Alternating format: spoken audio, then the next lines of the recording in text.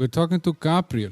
Gabriel is a photographer from Argentina, living in Prague in the Czech Republic. Gabriel is my friend. We met at the gym many years ago, and we stayed friends. And actually, he's an example of when you. One of the benefits of moving away from your home country and into an environment where you don't know anyone is that you actually start meeting different people than you know back home. And Gabriel is definitely one of those. I'm sure that I would never have met anyone like him or started being his friend if I would have stayed in Iceland. And we had a chat about Argentina, its culture, why Argentina fails. Argentina hasn't paid its debt 9 times over the last 200 years. I mean, that's no other country, I think. And we talked Maradona, his travels and transformation. He has transformed his career from a different industry to photography. And we had a good chat. It was interesting. He even told me things that I didn't know. Hope you'll enjoy it, guys. And for the sponsors, that's the Oat Bar Prague. You can come and take away or get delivered home. Perfect food, oatmeals, skyr, goodies and juices. And Alfred.cz, that's a job search webpage and an app that you can find your dream job without putting any effort into it. Sounds too good to be true, but it is actually true. Try it out.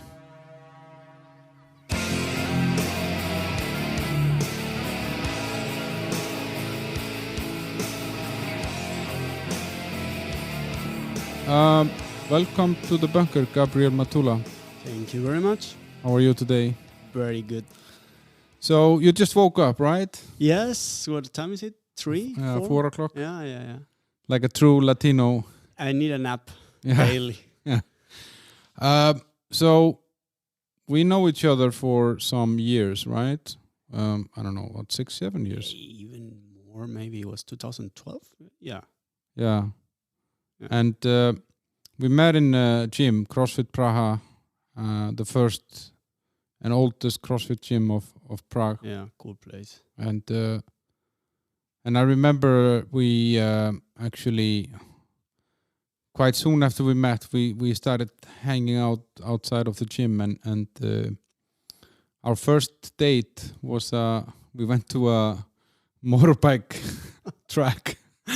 Yeah. Which you had never tried motorbikes, and no, that was my first time. Yeah, these all what's it called, 4-wheel, all-wheel drive motorbikes or whatever, dirt bikes, and it was quite an experience to watch you in first gear driving like an old lady around that track, and crashing with the trees. Crashing with a tree at the speed of 3 kilometers per hour.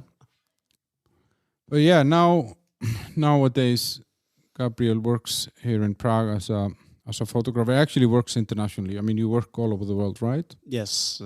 Try to work everywhere. This is kind of my goal, I guess.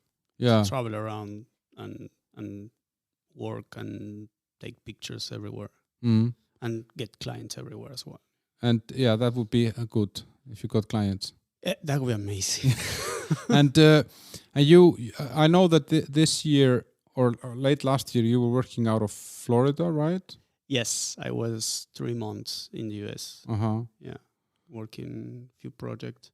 Okay, and but it hasn't always been like that. I mean, like you, well, actually, back when we met, you had just recently come here to Prague, and you were kind of in a transition at that time.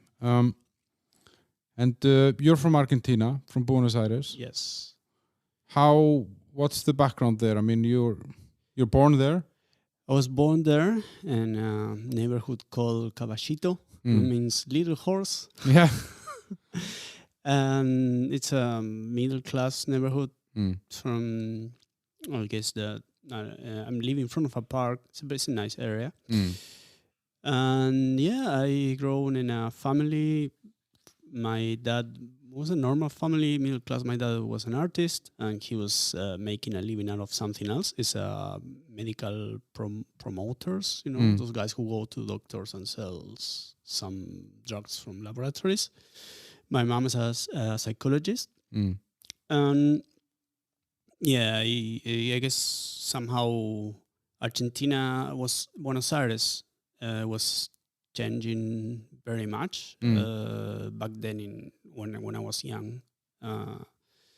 I guess it was very nice to spend time there. I guess I have a kind of happy childhood. Yeah, you were the only child, right? Yes. Back then was amazing. A lot of toys, a lot of attention.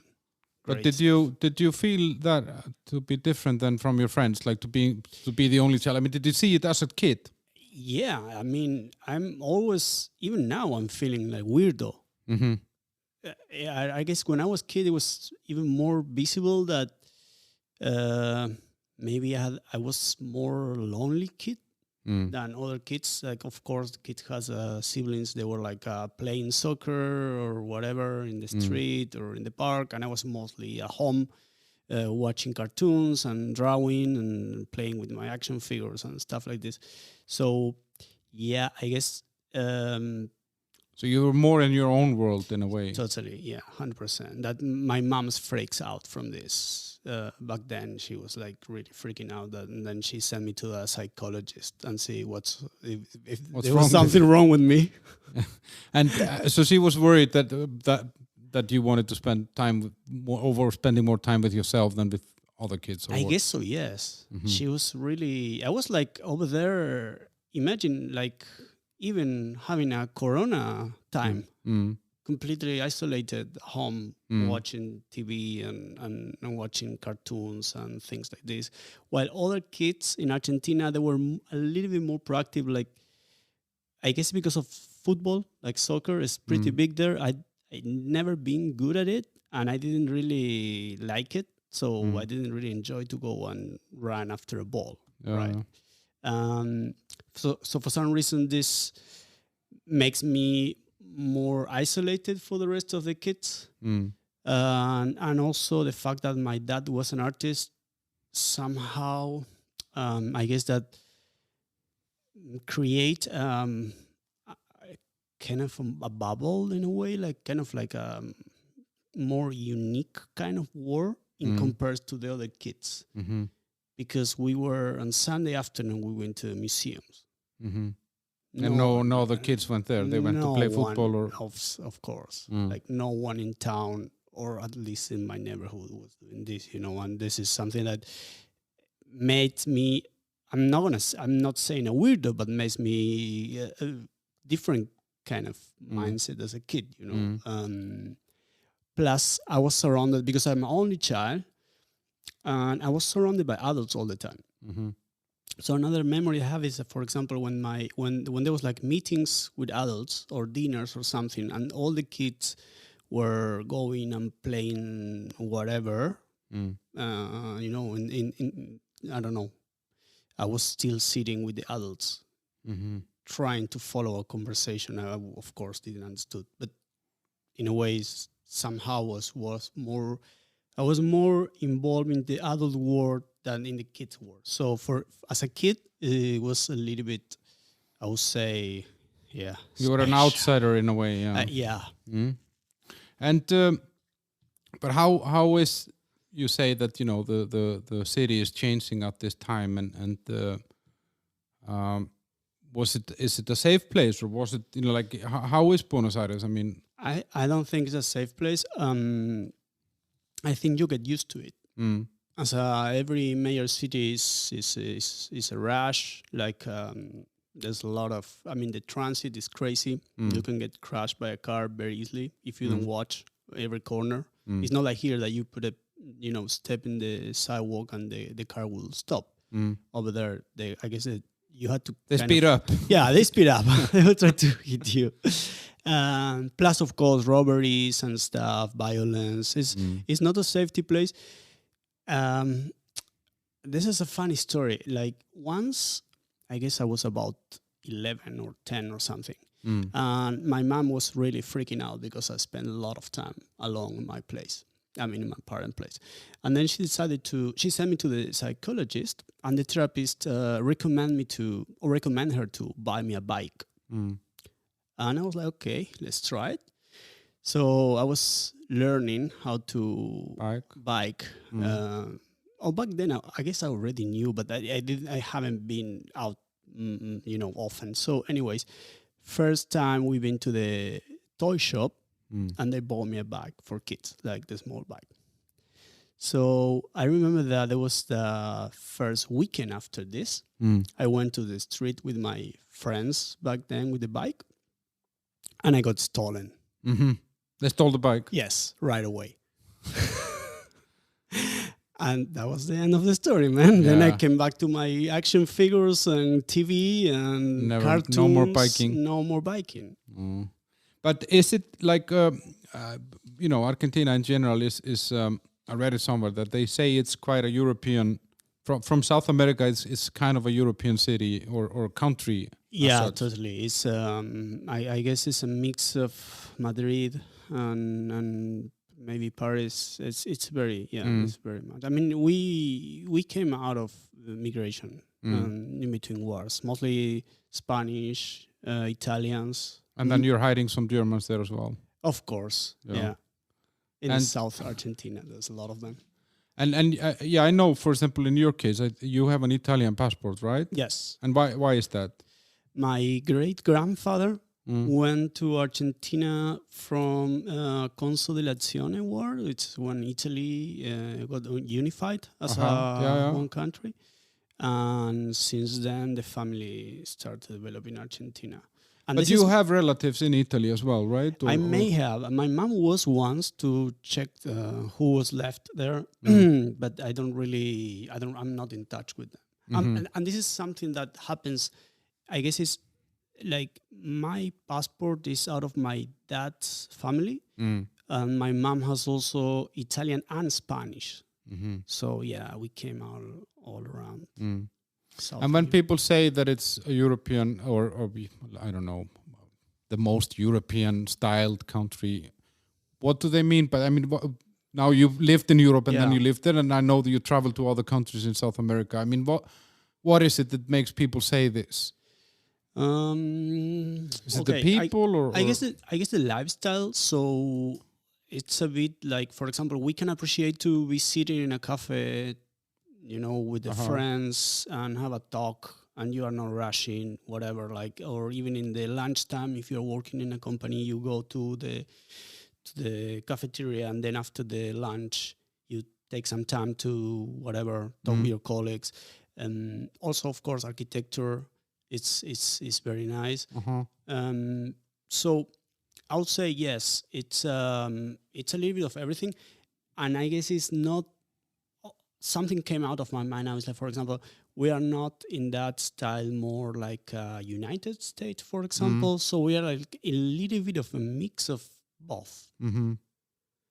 So this is something that I would say now, living in Europe, I feel quite comfortable with the lifestyle, Yeah, it's not a big contrast in that sense. And even I choose a place that is far from my culture, of course, Czech Republic. So, and still there's something that reminds me home. Yeah. It's, I mean, for us, like the outsiders, I mean, unfortunately, I haven't been to Argentina. I know that I have an open invitation from you to go there. And one day, my friend, we will go there together and raise some hell. But for the outsider, I mean, we see Argentina and we think football, we think barbecue. Well, actually, I'm not sure that a lot of people. Well, maybe most people that are listening to this would know that you have amazing meat and a lot of red wine, and then we think bad economy and unstable politics in some way, and and dictatorships and stuff like that. And I'm actually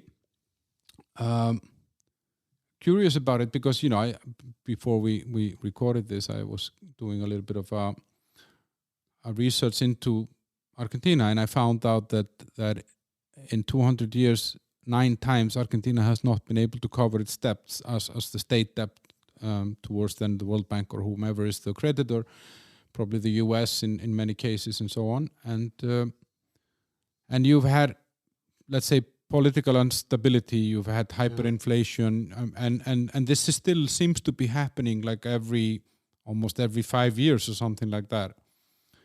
And I'm just curious why. What makes it like that? Why? What is it in the culture of that nation that kind of makes it repeat the same thing? I guess that nobody really knows. I guess there's definitely something wrong about this. Argentina is a very rich country in terms of natural resources. So, and perhaps this is one of the problems, that the corruption is so big there that you are never completely screwed. So it's so rich that somehow after a crisis, then you can start over. Exactly. And of course, this really is not great that the people cannot have a proper, like stability. I mean, I would say like the most complicated there is the middle class. Middle class is, you will see a lot of young professionals in the war from Argentina. I mean, it's really, they leave. Yeah, and this is something quite, I won't say new, but like since 10 years, it's increasing the amount of young people leaving, and this is like a loop. And it's like a loop of the defeat. So all the times you go to a completely shitty economy crisis, the currency drops, the banks steal your money and stuff like this, and then little by little start to recover, and somehow you get used to this, which is I guess is a little bit of the problem, So you get used to this, and you can. You can live there. Even you can survive in a way. It's not like you're. It's not that you are completely screwed. You will end up in the street or whatever. I mean, you could survive even if the country is in a shitty economy, and then there's crisis. Like this pandemic thing screwed up most of the business, and they closed everything for 7 months. So it's like total lockdown. It was forbidden to go to the street for 7 months since March until recent.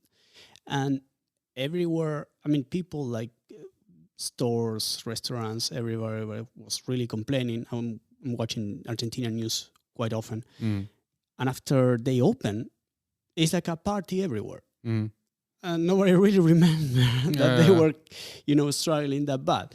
So, I guess I'm not sure what is wrong there. Maybe it's a lack of memory, or just to, try to forget and the struggling, but it looks like a nation that never learns out of their own mistakes. But I I'm obviously not Argentinian, but I've always felt, talking to you and all the people that I know from there, that you have this forgiveness somehow in you, like that even you stay friends with someone who does bad things, and I think you said it once, that the moral lines are somehow blurry. The boundaries of the ethics, right?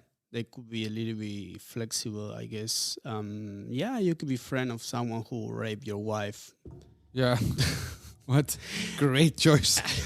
but I mean, if this person was your friend previously, right? Yeah, you wouldn't make, because friendship is like higher above than everything else. Yes, exactly. But I don't know, man. It says we are weirdos. Yeah.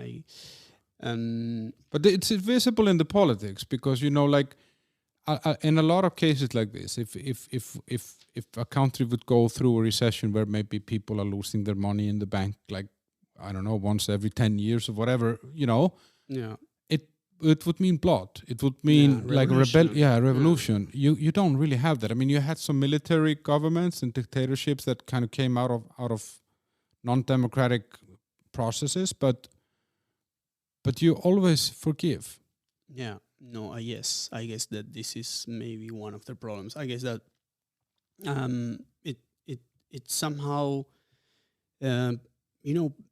you're set up your mindset when you're there is like you had to go through the thing, survive, and don't think too much, I guess. So I guess that this forbidden thing is like you forgive and you somehow ready to move forward. Doesn't matter what. Just you don't hold grudges for years about something. No, and also I'm trying to think in the personal perspective. Like if something happened to me, like directly, and a lot of things happening to me there, and I guess like I didn't really forgive in what the issues I got there, and that's why I decided somehow to leave and to try somewhere else and to do another experience. But there's many people that they will just be happy with their barbecue, with the football on Sunday, and their comfort zones, and those are the ones who will accept more of the bullshit shit that can happen, you know. And I'm not really judging this. I'm feeling like this is also like another way of taking life, and it's not bad. And I would be really happy if I could manage the things like this. I just got completely crazy out of watching news there, for example, you know, or. You told me the other day something about as an example, with the COVID thing, that with the vaccines. Yes, that was amazing. It looks like now there's a vaccine gate. They like some politicians got vaccinated first. Yeah, and there's doctors and nurses waiting for the list for the vaccine. And now not just the politician, but all their assistants, the car drivers, the babysitters, like young guys who worked in from home. They got vaccinated because they are relatives or friends or whatever. And what happens in this case? Like after 12 months of COVID, the politicians obviously are being corrupt and they're giving the vaccines to themselves and their friends and family. What happens? Well, now there's a one specific news channel that they are showing and broadcasting all this stuff. And recently, I guess it was a Sunday, there was a manifestation, like strike in the street. There was a lot of people complaining and stuff like this, and it was quite big, but it never gets more than this, you know. There's no blood. That's true. And I don't know if it's good or bad. The thing is like, it's good because we seems to be quite a Pacific, whatever, passive. Passive people. But anyways, the things never change, and I guess that also this is not just. I guess it's a little bit sad because it looks like as I say, it looks like a loop. So you don't see your progresses there in a way, you know. So it's tiring. But it has. I mean, I told you. No, you told me once that I was. I remember at some point here you hadn't had some interesting projects for a while, and then you told me, well, if I was of the money that I make here, I could easily live for a very long time back home in Argentina because I could sleep on a different friend's couch or hang out in their living room for a few weeks and then move to the next one. So you have this kind of family, friend, and I don't know, no one would judge you even if you're lazy, right? No, well, I guess that we are set up for being I would say like a friendly with everybody, and you can get help. You can count with help by default. I guess this is now that's very positive. Minute, you know, I mean that's a positive thing. Yeah. No, it's great because you know that it doesn't matter, and this is maybe all connected what we were talking previously. Like, doesn't matter what you did if you raped your friend's wife, or if you're struggling with whatever money, or it doesn't matter what you did or who you are, you always have a... We're not promoting rape on this episode, just to be clear, though. Yes, just perhaps. Yeah. But in a way, you will always have like some help by default. Yeah. It could be a friend.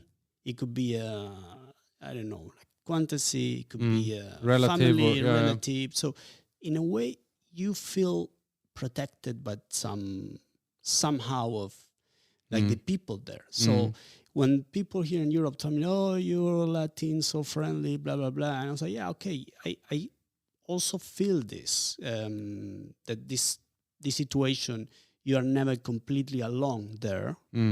I don't know if because I belong to this culture, but I also got the feeling that if something happened to me here, nobody would realize after a couple months. There would be a very bad smell coming from your apartment. Exactly. Maybe my neighbor will feel it, will smell it, you know? No, but I actually wanted to ask you that because you come from, as you say, you come from a country where it's normal to be helpful. The default setting is nice. And then you move to a country where the default setting is hate. Yes, and completely opposite. Yeah, and most of it is self-hate, and then whatever left is of hate, they hate anything else, and ignorance. But it's nice in the same way, the ignorance, because it also, you can be whoever you want, you can do whatever you want. No one cares. There is no neighborhood watch here saying, "Oh, this guy, he's working out in some leather outfit and looks weird," No, they don't care. They don't even look at you, Yeah. So it has its pluses and minuses, but it must be a big change for someone like you that if you ask, you probably wouldn't want to ask for help. You ask me, of all people. All the time. Yeah. No, yes, and this is something that is one of the most shocking thing, I guess. Also, I feel very, very much exposed to everything, right? And because you are not in your comfort zone. You have not, now I'm building up like a softness network with my friends and people, so I'm feeling more, I don't know, safe in a way. But yes, it was a cultural crash at the very beginning. What I can appreciate is what you say about Czechs in a way that if they don't give a shit on you, that also allows you to have more freedom to whatever, just to dress up as you like. Or it doesn't matter, just to... And this is something that it's quite positive. It's interesting to explore this, Yeah.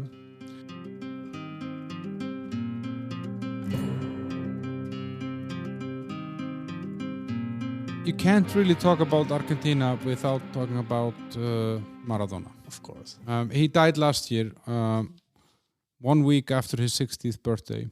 Yes. And for those of you who don't know who Maradona is, switch this off. You don't need to hear anything more. No. He is a very interesting character because in some way he has this Cinderella story. I mean, he comes from nothing, right? Yes, from slum. Like literally slum. Yeah. So there was like no payment, just mud. Mm-hmm. And he, that's where he starts playing football on the streets. Yeah. There was no street, man. It's just... There's a mud. Yeah. And somehow what is interesting about him, and it kind of, like, he is this dark angel somehow, he's this imperfect hero. And I always had this feeling with him that no matter what he would do, the people of Argentina would always love him. Yes. And forgive him. Yeah. Yes. And this again has a connection with this kind of anti-hero. And we have this, we always liked more anti-heroes, I guess, that are proper heroes, right? So Kid Richard was from Rolling Stones. It's like a kind of cult hero in totally Argentina. Yeah, it's like an idol, and Maradona is somehow the portrait of, as you say, like everything can happen.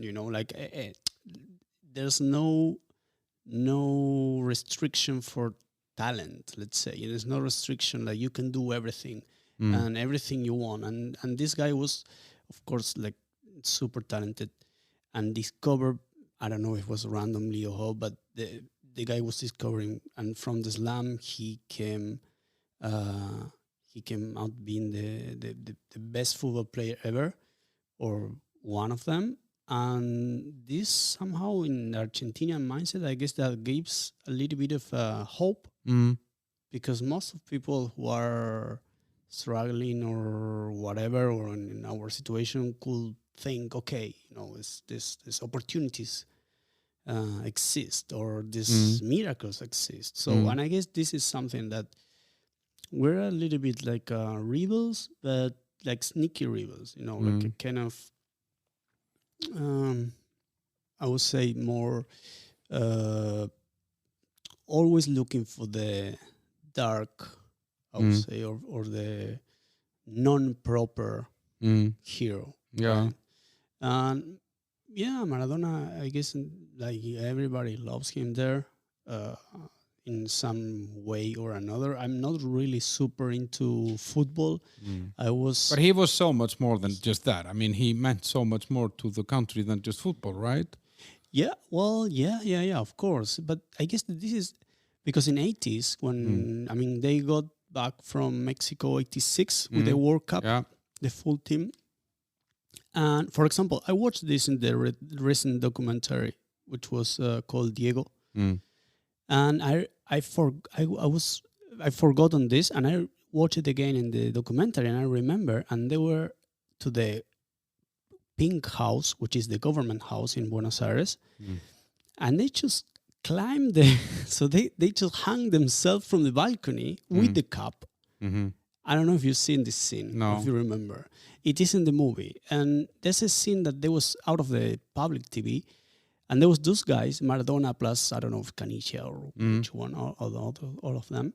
And they just hung from the balcony, almost like a shirt open to the chest, and hung in the cup. And million guys down, like, screaming and getting crazy from them because they came back with the cup. So what I'm trying to say is this kind of rebel action, like you don't, I guess you don't see that in Europe. No. So it's unprecedented invite some sportman to a president house. It doesn't turn into a party hanging from the balcony. Yeah. So what I'm saying is we kind of like this cheeky rebel whatever idols, you know, and even in his funeral. Was the same thing. He wanted, and not he was dead, but the president invited the family to make the funeral in the Pink House. Pink House is the government house. Then they put a coffin there, and there was like million people going there and making a mess, and just to say the last goodbye to Maradona. So, I guess it's also a little bit connected with this kind of not being proper, or I don't know what is the situation. So being a little bit of a rebel, being a little bit of a teenager, for your entire life. Yeah, I remember. I mean, like obviously, I'm a little bit older than you, so I remember him all the way back to 1982 in the World Cup, and then 86 was the first time that I watched the whole World Cup, every match that I could watch, and I saw all these things. And I didn't realize how significant this was for Argentina because of the war with the British. I mean, that must have been also one of the reasons why Maradona became such a cult hero. Yeah, and this is exactly what I meant. It's like imagine the Argentinian mindset. It's a little bit that we lost part of our land in the hands of Britain, and the revenge was a football match. So, I mean, I don't know if there's a way to explain this, but to me, it says a lot. It's like people still were thinking we won. Yeah. Because we won the World Cup against Britain.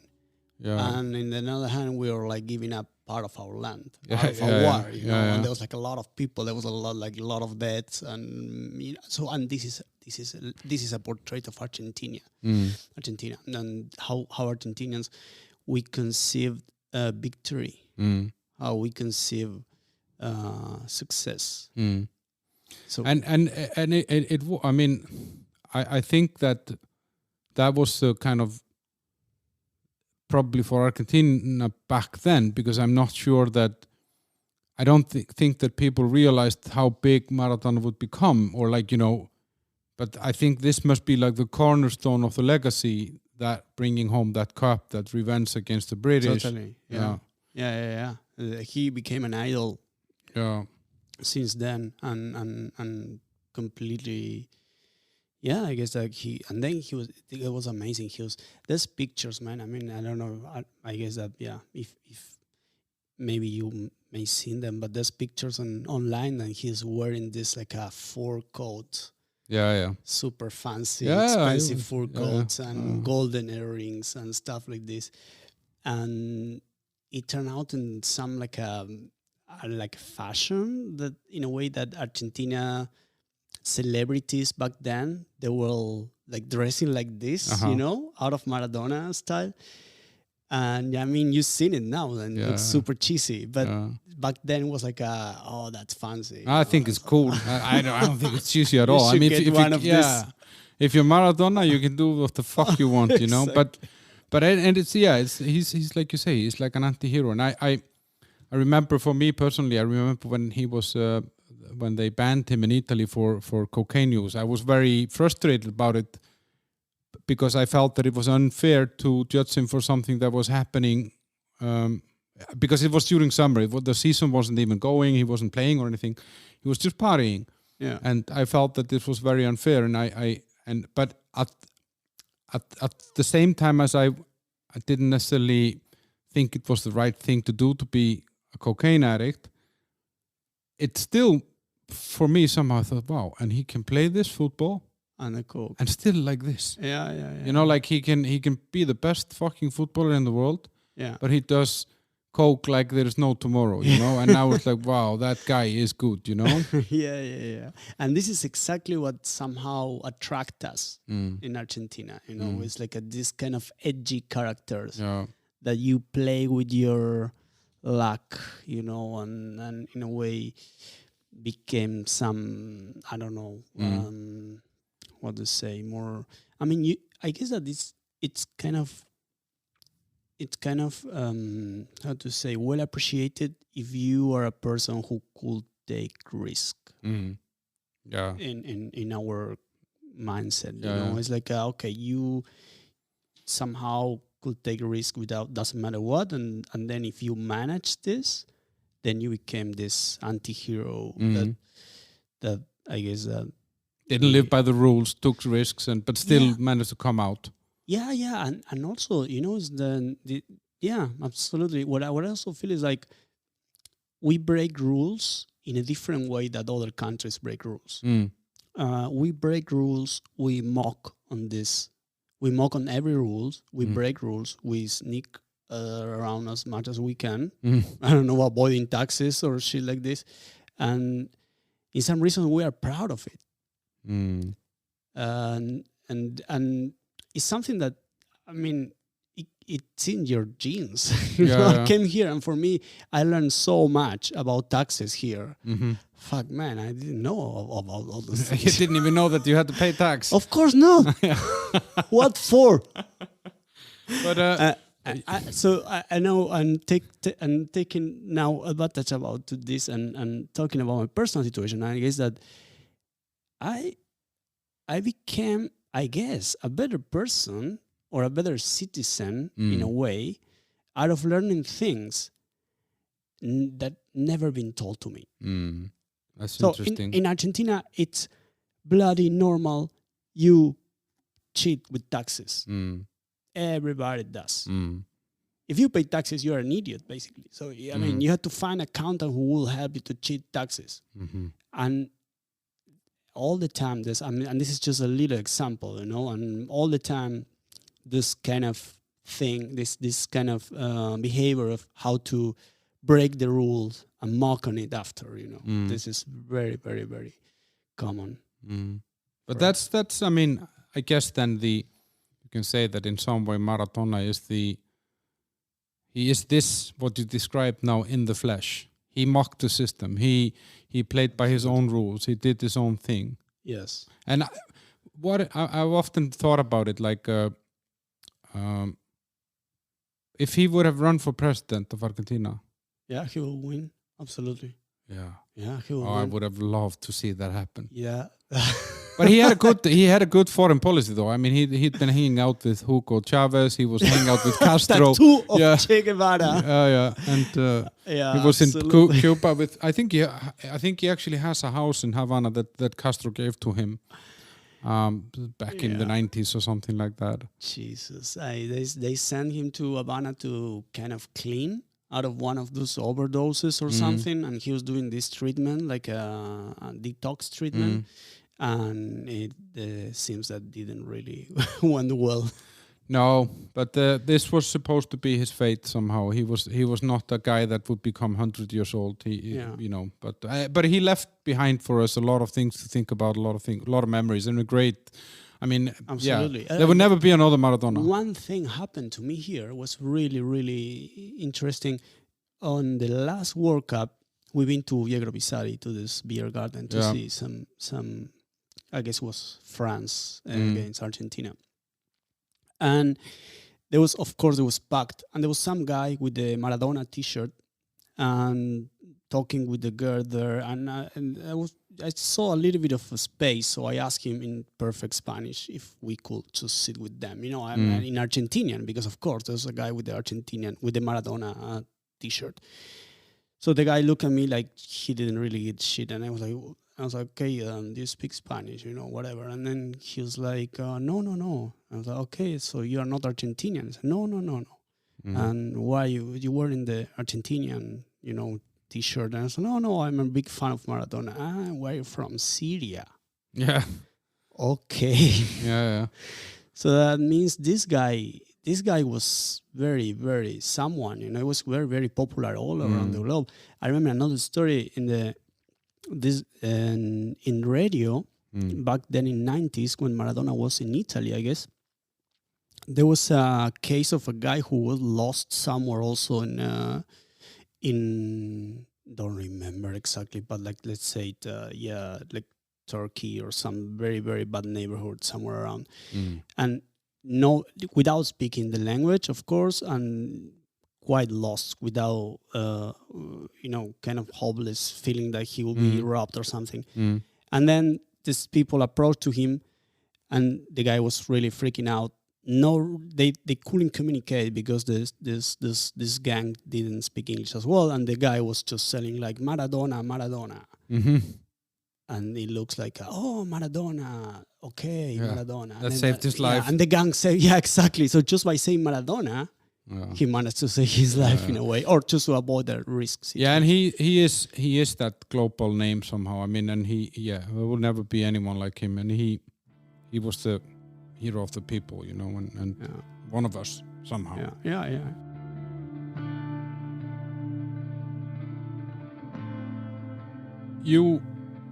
I know you studied graphic design, or you became a graphic designer. Yes. And you started working with that. Then you worked in the US, right? I worked in the US, and I worked. I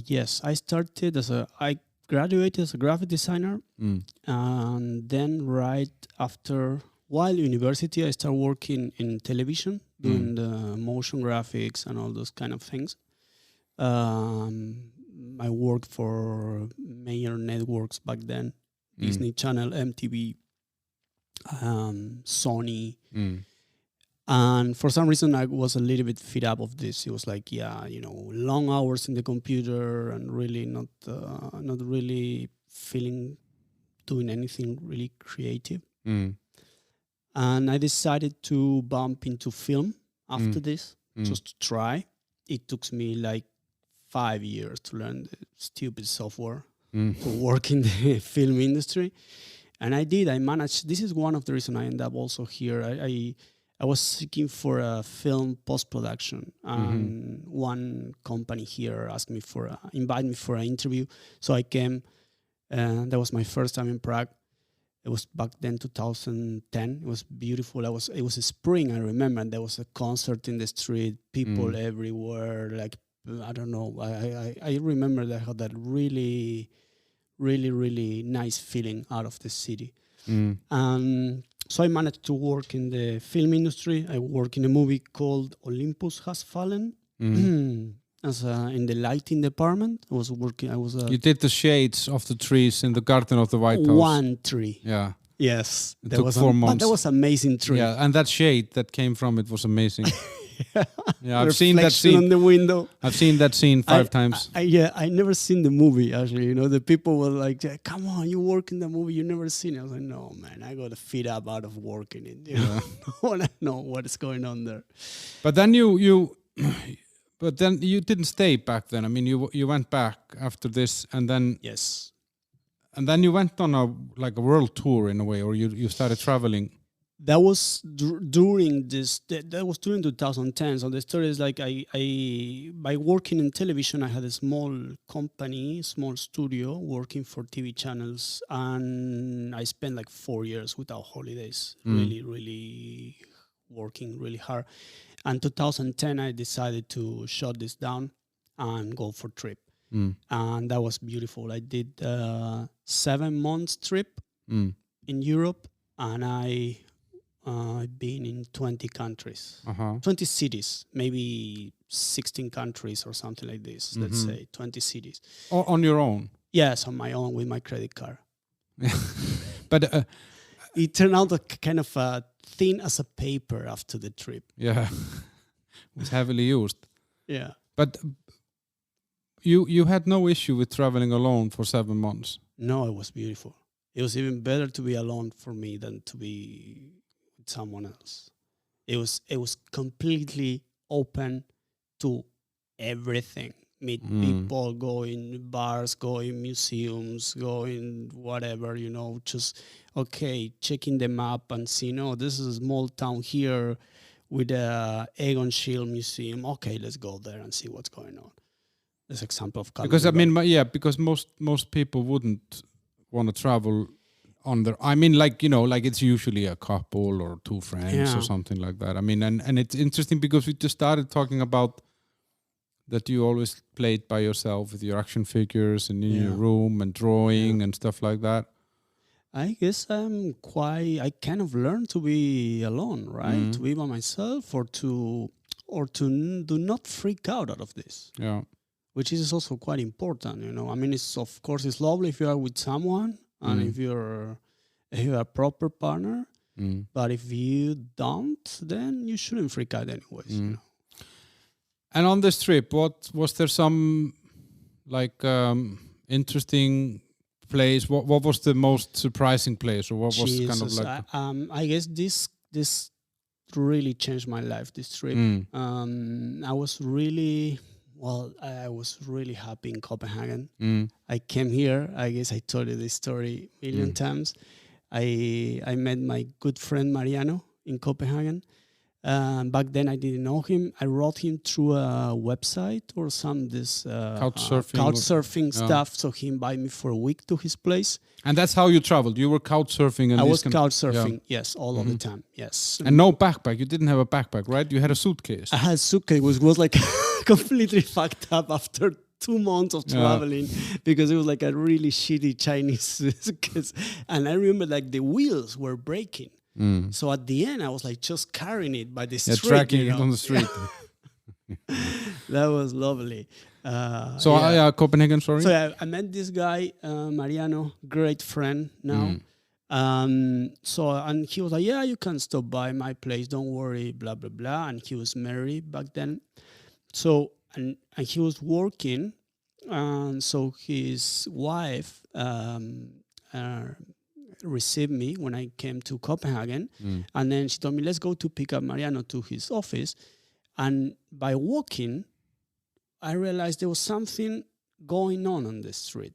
And there was like people dressing in weird costumes, like even, I don't know, you can see like zombies, and then you could see like a space people, and then you can see like people draws like a calls and that kind of things, and music everywhere. I was like, what the hell is this, man? I mean, I will move to this town, you know. Carnival. Yeah, it was like a carnival, you know. It was like a summer. It was beautiful, lovely day. Then I met Mariano. Mariano told me, oh, this is called Distortion. It was called Distortion Parade, and there was like a music festival in the street of Copenhagen, and people with the doors open.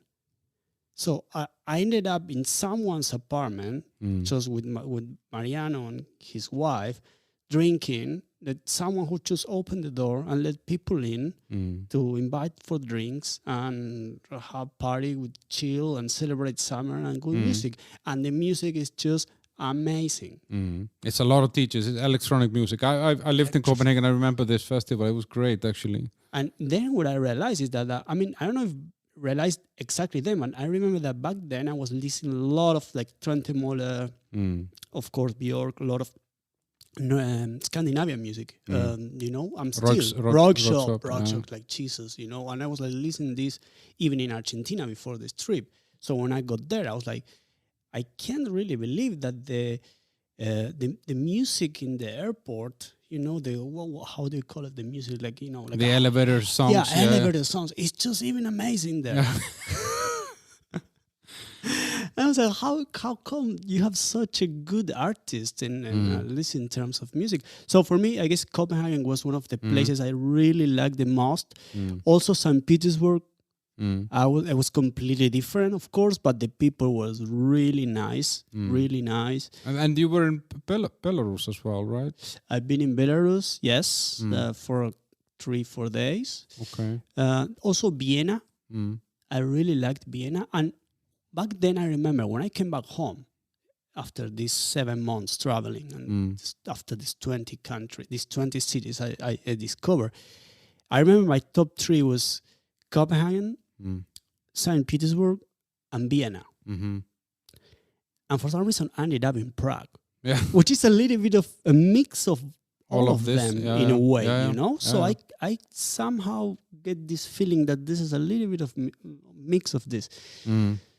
But yeah, it was a great time. And on this trip, I mean, like you had already decided, okay, I'm not going to go back into this kind of video movie.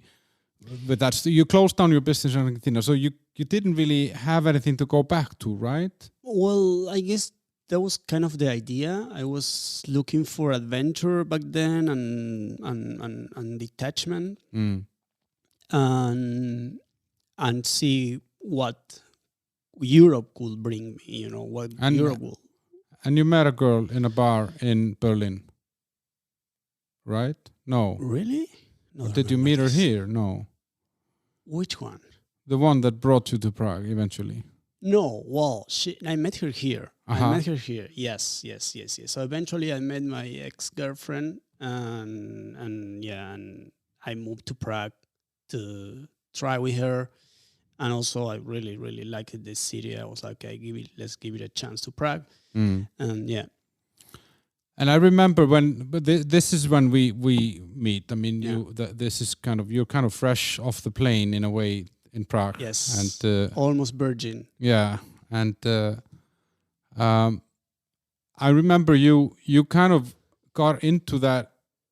I mean, for those who are listening and don't know the kind of the culture here in the Czech Republic, then most people here do have houses outside of the city or they have family in something that they call a hometown. Almost nobody that lives in Prague is from Prague. They all are from some other town or some village or something like that. And then the custom thing here is that at least twice a month is that you either go to that summer house with your family, that would be your parents, grandparents, even siblings and whatever. All the people that you don't actually want to hang out with. And you meet with them every second weekend. And they sit around the kitchen table and drink the whole day, drink beer, drink shots, eat food. And yeah, Gabriel, I remember you texted me once, can you come and save me? Because, and then I asked you what's going on. And then you were in one of those situations. Yes. And nobody spoke English. No, nobody. And you don't speak a word in Czech. No.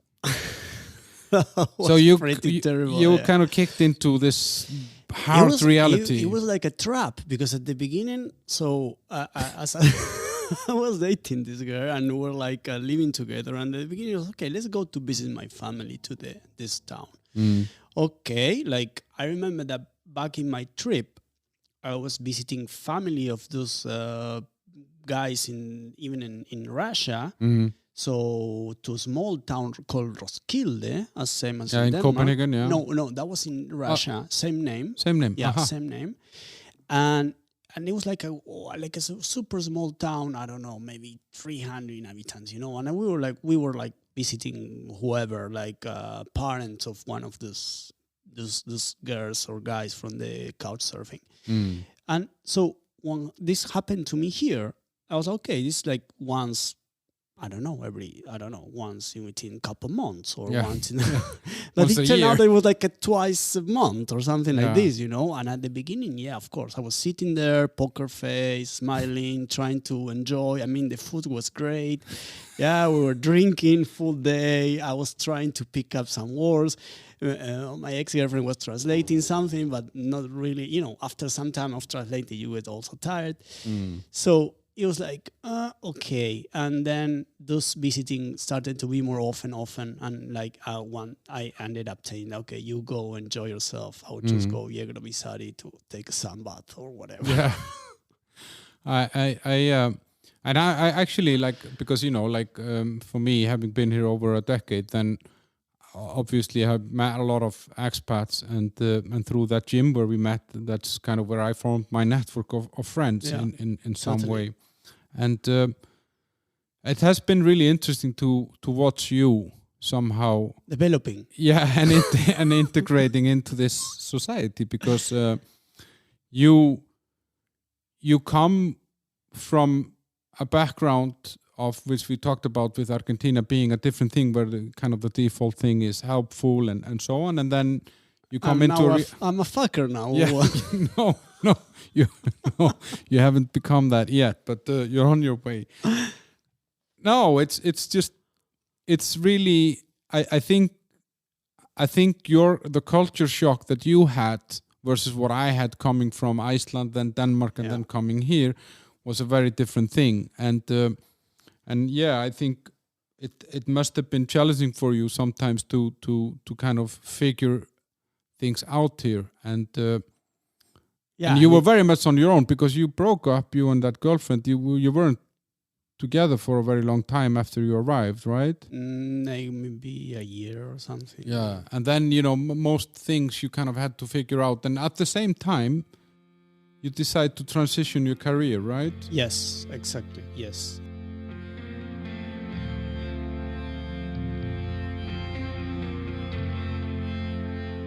Yes. Well, the thing is, after this, I mean, career-wise, after this movie, that was 2012. Was that the highlight of your career, when you made the tree for the White House? Yes, only the leaves. Yeah, just the leaves, yes. And after this, the thing is, I realized, like, okay, I'm first too old for this. You know, like, guys there were working 20 hours per day in front of the computer. And afterwards going home to play some games. Video games? Yeah, online with their friends, you know. And this is like, okay, just not, 18 hours in front of a screen, okay, not good, but okay. 24, not good. And somehow I feel like, okay, I'm not really that interested as I thought I would be. Because for me, it was like, what my SIG was about somehow creativity. And I thought that by breaking in film industry, you will have a bit more of creativity, or you will work in a more creative field than to work in televisions. And no, it turned out completely the opposite. I mean, it turned out like worse than working, filling whatever, Excel, you know, the columns or things like this. So, and something that happened to me is like, I got this with the eye. I just have a very sensitive eye, and I got excited by looking at things, and I need to have something somehow beautiful to see all the time and be creative. I cannot work doing something that's really is far from monotonic. creative. Yeah. And so what was the question about? You when you come here to Prague, you're transition. Yeah, you're True. changing your career. Thing is after this movie, I was like, okay, completely fed up of the industry, a little bit disappointed, trying to be far from computer as much as I could. And before I came to Europe, I was like, assisting one friend of mine, taking pictures, and I was really like trying to help him as much as I could. And my very beginning of before I started in graphic design, I was taking classes of photography, like back then film, so analog, and I learned how to process the films and all the stuff. And somehow I also realized that for me the visual thing was all the time related with the image. For example, in terms of design, and you can play with different elements. You can play with typography, you can play with whatever, like more abstract shapes, and then you can play, of course, with photography. So for me, the image, like the realistic image, was always something that was stronger than the rest. I wasn't good at typography class, for example. For me, it was like I didn't really feel any enjoyment. I feel bored out of this. So this transition. So what you're trying to tell me is that you became a photographer? Yes. Yeah. Plus also, I guess Europe helped me to this as well. Because I was like, even now, I grab my camera, I go to the street, and I get something. There's plenty of material to shoot. There's a lot of things to portray here, in terms of architecture, lighting, whatever, And so I guess it was like a little bit of a mix of everything that makes me just decide this way. And how has that been? I know you obviously. So I know. Hard. Yeah, I know it's been hard. So why is that? Because I know your work, and I've seen it, and those of you who haven't, then check out Gabriel Matula. He's done great stuff, both fashion and products and landscapes or buildings and whatever. What has been the tough part? What is there a mismatch between you and the market, or people are not ready to pay for this, or? Yeah, well, I guess that nowadays everybody's a photographer. You are a photographer as well. You have a great phone. Yeah. And everybody's a potential photographer. And not everybody's an artist. So I'm aiming to this, right? I guess it's a little bit pretentious to see I'm an artist. So I can say I'm aiming for an artist, or I expect to be the best artist as I can. And I guess the hardest part is to find a client who will appreciate art. Clients in general will be, and of course it's natural, right? So out of a marketing department, and they will be more focused on selling, or they may know better the products, and they may know what is good for their products. And maybe for their products is better to have a selfie with a phone rather than a photo with a proper camera or a good lens, whatever. And I guess this is one of the issues nowadays, with the industry, and just starting from finding the client who will appreciate art and who will evaluate you by your artistic point of view rather than which camera you have or stuff like this. But that's like the fastness, because now most of the stuff that is created for visual point of view ends up online. And the lifetime of anything that is online is very short. You don't have, like, I remember, for example, we had this old Coca-Cola advertisement that was always put on television in Iceland with some group of kids in America singing by a Christmas tree, and it was year after year after year. I would like to buy the world a Coke and keep it company. And then there's some harmony in it. Then it was aired for like 20 years. You don't have this anymore. The lifetime of something that is created, whether it's visual or video or whatever medium it is it's not there. Yeah.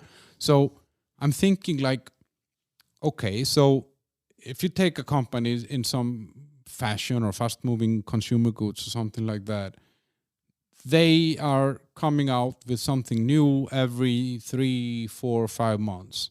So they constantly need to be producing. Yes. And instead of maybe before, you could produce once a year or once every 2 years, and then you could run that stuff, you know? Yeah. You need to refresh. I mean, I know that from my business that we need to refresh everything that we create like every 2 weeks. It's crazy because we're constantly publishing and you're retargeting the old customers. So you need to give them something fresh to kind of funnel them closer to you. And that brings me to the point, Gabriel, is that is our companies, is it so fast that it don't even have time to work with someone like you that needs, you need a setup, you need lights, you need the assistant, and then you need to process the photos to, to bring out the real quality. Yeah. So is the quality being sacrificed because of time? I guess so. By the amount of content you produce, and I guess it's a little bit of both. Like there's so in one hand you have this kind of need of content, which is good for filmmakers, photographers, videographers, whatever. And in another hand, you have this kind of easy and cheap way to produce it. So you, as a professional, will be busy whenever clients need like a high-end production. But perhaps 70% of the production of this content is a cheap, fast produce, let's say like the fast food of the production, so it's something that it's either taking with the phone or it's whatever, like a shoot arranged in 3-4 days. Okay, tomorrow this, boom, low budget, or spare money from another project. Then okay, let's take 5 pictures of this, or let's make a video of this, and yeah, I mean this is what's going on now. Nobody knows what will happen in the future. Thing for me is trying to optimize my time as much as I can, even checking what's going on online, searching for new equipment, searching. Now I'm doing this crazy stuff I show you. I'm adapting vintage lenses on new cameras, and I just discovered that every lens is like a color palette. Every lens will give you a range of tones, contrast, sharpness. It's completely different to another one. And so you're basically, what you're doing is that you're figuring out ways to be different. Yes. So that what you offer is something that maybe nobody else can offer. Yes, in a way, yes. I mean, there's a lot of people doing different kind of things. What I'm trying to do is as well to be a good vendor and also add this, let's say, extra value in terms of the artistic point of view. Yeah.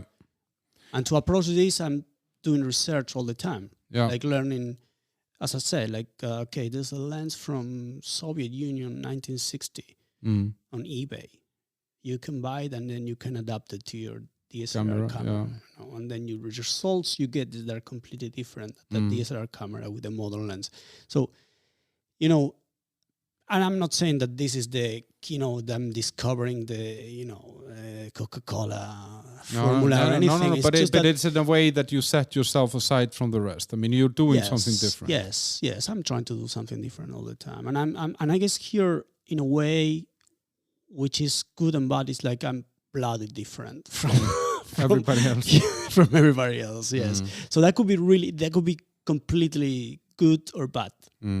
It's like okay, I'm really doing something, and I'm quite in general different than most of the people, at least I know, in the industry. And again, this could be good or bad. I'm not saying that whatever, but yeah, it's always different. I mean, obviously, if you come into a market, the first thing that people tell you is that no, you can. This is how we do it. You should do it this way, and Exactly. and it's this change of direction that if nobody does anything different, things will always stay the same, and you know, and I can see that from your work that it's different from a lot of the other work that I see from photographers here. But you worked in everything. I mean, you do fashion, you've done advertising, and a lot of different things. Yeah. And but isn't it hard to be like a one-man show, because you need to sell yourself, you need to promote your services, you need to negotiate with the potential clients. You might even in some cases have to find other parts of the production, you need to find some subcontractors that are working with you on a project. I know you had some big projects, for example, with Samsung. Yeah. And for mobile phones, right? Yeah. Recently, I shot 2 videos and 15 pictures for a Samsung big campaign. It was really good. And to do two videos and 15 photos. Yeah. This is what, 2 days of production? No, that was 3 months of work. Yeah, no, but the actual shoot. Yeah, 2 days. But the whole process is 3 months. Yes. So, and that's what I think people don't realize. No, of course. This is the thing, that you are working hard, late nights for 3 months during the Christmas time, locked in your computer for something that will be seen 15 seconds in someone's watch. Yeah. So crazy. Someone's phone, Yeah, it's crazy. Oh. And regarding being like a one-man So is that better than working 3 months to make 1 tree in the White House? Yes, totally. I hate the White House. But no, regarding being the one-man show, I guess that I kind of fancy this. I like it. It's kind of interesting to me. I guess that I guess I'm kind of good at it. I kind of good at deal with 1,000 things at the same time. And even with this project was very interesting because like the full production was given to me. So I was deciding and choosing the team and putting together a schedule, of course, with the help of a production company and a few friends I have here. But this is actually interesting. I guess that I know how to tweak my potential. So I know how much energy and time I can invest in the pre-production, and I know how much time I can invest in the post-production and in the So for example, I know that I could manage editing and retouch of the pictures quite fast. So something that will take for someone else, I don't know. Yeah, but that's also because of your background in exactly, in graphics on post-production, exactly. So I know that, for example, for someone who will take a week, maybe for me it will be 3 days. Yeah. So I can play with these other 2 days and invest this time in something else, and so on. So, I'm okay with this so far. What's been the biggest challenge to kind of get yourself out on the market here? What's the biggest single challenge? Yeah. I guess no, everything was a challenge. There was nothing was really easy. But I guess because also the industry is super tough, super competitive, and just to come here without the language, I mean, if I just think for 1 second what I did, I'm not sure if I will repeat it. Just leave home, come to Prague, without knowing anyone, without knowing any clients, in the middle of a transition in my career, searching new clients, learning some stuff. And learning the photography on the fly as well. Yeah, right? exactly. I mean, I had already knowledge about photography, but like somehow I would say like... you weren't applying it. Yeah, I mean, learning the style of what's going on and searching and following the tendencies. This is also like a lot of work. And yeah. And you wouldn't have done it if you would have known this. No, I will go to the beach. But but isn't that how it works with everything in life, in a way that you jump in and then you figure out a way to swim? Well, to me, yes. I'm like that. I guess you know me and you remember me jumping from the cliff with the skis. Yeah, I actually because I and that's what I admire about you, Gabriel, is that you never, there is no idea that is brought to you that you just say flat out no. You said, yeah, why not? And as I started with saying about our amazing motorbike trip, which was just something else. Then I remember I called you. I think this was 2014 or something, and I asked you if you wanted to come skiing or if you had ever been skiing, and you told me yes. And we drove to a town, skiing town in an evening, and then we were walking on the streets there, and we stopped outside a ski store, and there was this mannequin of a skier with a helmet, and I remember you made a comment, why is he wearing a helmet? And I felt that comment was weird, but I didn't really pay attention to it. The day after we go to the ski rental, and then after figuring out your shoe size, which took some time, then you felt that the skis looked weird. And then I could see when you different than the one I ran before. Yeah, and then you stood on those skis and I could see that okay, this is weird. And then we went on the lift, and on the way up you said, "Are we going up there? Are we gonna go down?" And it turned out that you had been cross country skiing once, and that's why you didn't understand why people were wearing a helmet. And after this, it took me 3 hours to get you down from the top of the mountain to the bottom, and then I kept you in a cafe while I did some skiing myself. But that was a great experience. Yeah. I mean, I even enjoyed it. Yeah, and I enjoyed it as well. I love to see you out there in the. You have cool pictures from this as well. Yeah. I think it's. I think that's one of the things that has probably helped you, is that you dare to go in there, you dare to make mistakes, and you dare to try things that you don't know anything about. Absolutely. Yeah. And we had a really interesting conversation on Sunday with my friends, and one of my friends and his girlfriend, and there was just about this, like how the girlfriend or talking about someone else, like they I don't know how to say this, but they can't cope much with failures.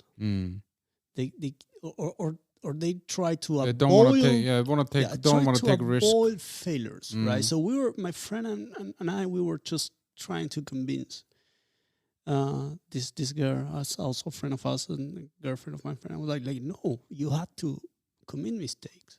Yeah, you have to commit mistakes to learn, and then you have to be and you have to be clever to learn how to learn from your mistakes, and then you have to be aware of your mistakes, and then and you had to commit as many mistakes as possible to learn and to avoid repeating this, right? While we are bumping, and I just realized that we are surrounded of people that they're afraid of commit mistakes, they're afraid of fail, they're ashamed of failure. Like if somebody will point you, somebody will poke in you, like you did this.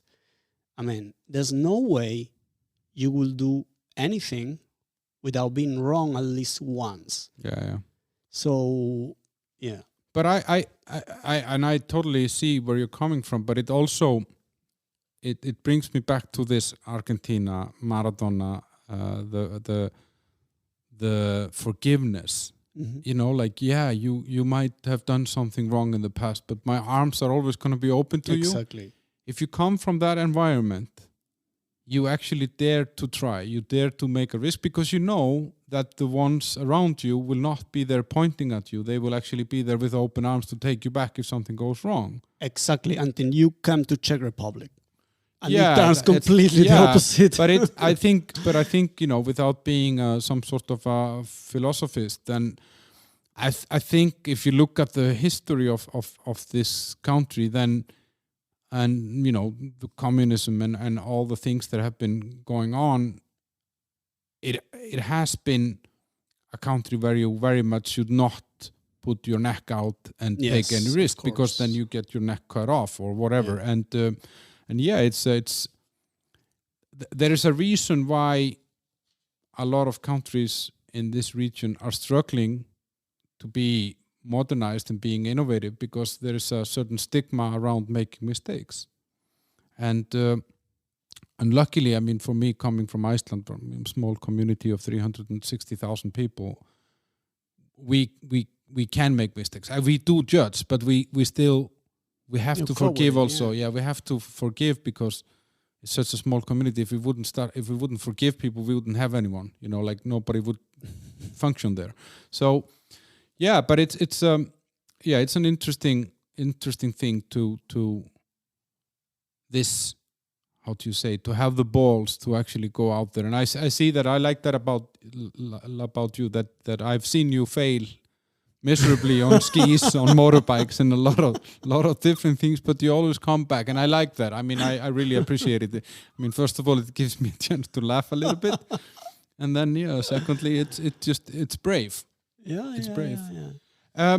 Okay, we're kind of ending it now, but you're a photographer. That's what you do. I know that you've been doing projects. You did projects in Denmark, Florida, Prague, and something in Germany as well. And for a lot of different businesses, there was something in Switzerland, I think. Yeah, also. Buenos Aires. Yeah, Buenos Aires. Okay, 5 years from now, where is Gabriel going to be? Skiing somewhere? Yeah, hopefully better skill with the skin. I guess that in Europe for sure. Probably around this area. Probably Czech Republic. If not, maybe Scandinavia. Still photographing? Yeah, photo, video, fashion, advertising. I just found what makes me happy and what I understand. It's like, for me, this 2-3 years now until now, I just find myself, if I will learn a language. You know, when you learn a language, like you try to remember when you spoke first Icelandic, then you learn English, right? So when you get to that point that you learn the language, right, and then you feel like you can communicate. So for me now, even if I don't speak Czech, I guess I learn a visual language out of living in Europe that now for me is really it's really fluent. It works. It works. I know the results of the last things I'm doing, and like artistically way or technically, they are much more interesting than even 3 weeks ago. So still, my best picture, I didn't take it yet. Yeah. So you still feel that you're on a path to something even better. I don't think that this path will never end. No, but that's art. Yeah, exactly. Art never ends. Exactly. And this is why I just feel like, for me, this is like a visual language. I just I learned, and I'm managing, and I can express myself with this, even if it's in the name of a product or in the name of a client. So for me, it's always like there's a personal vision that of yourself in it. I cannot control. You know, this is like whatever you tell me to do. You know, advertising for some product, and I will always add something a little bit personal in this. So, and this to me is a way of express, and this is art, and this is the way I want to keep. Oh, that's cool. It's interesting to listen to you. I mean, we obviously have spoken before, but we never spoke like this for an hour and 20 minutes without... Do you think that somebody will be interested in this? Yeah, I don't know. No, probably just for us. But I kind of feel now, after listening to you, that the this journey started when you were a kid. Yes. When you were drawing, when you were playing on your own. It created an individual that could only become something that you are becoming now. Yes, absolutely. And there is no coincidence in this. You know, there was a little Gabriel Matula in Buenos Aires, 5 years old, that went on this path somehow.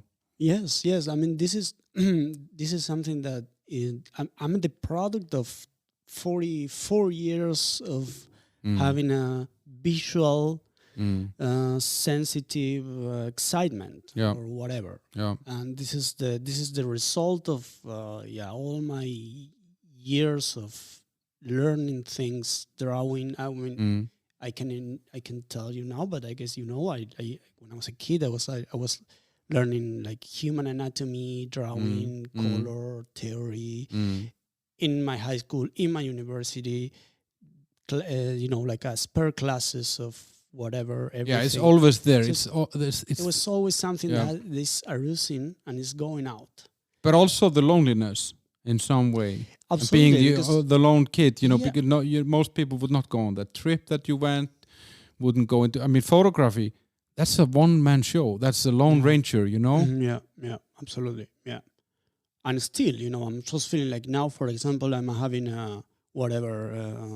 after dinner time, I start working something, even my own projects or whatever.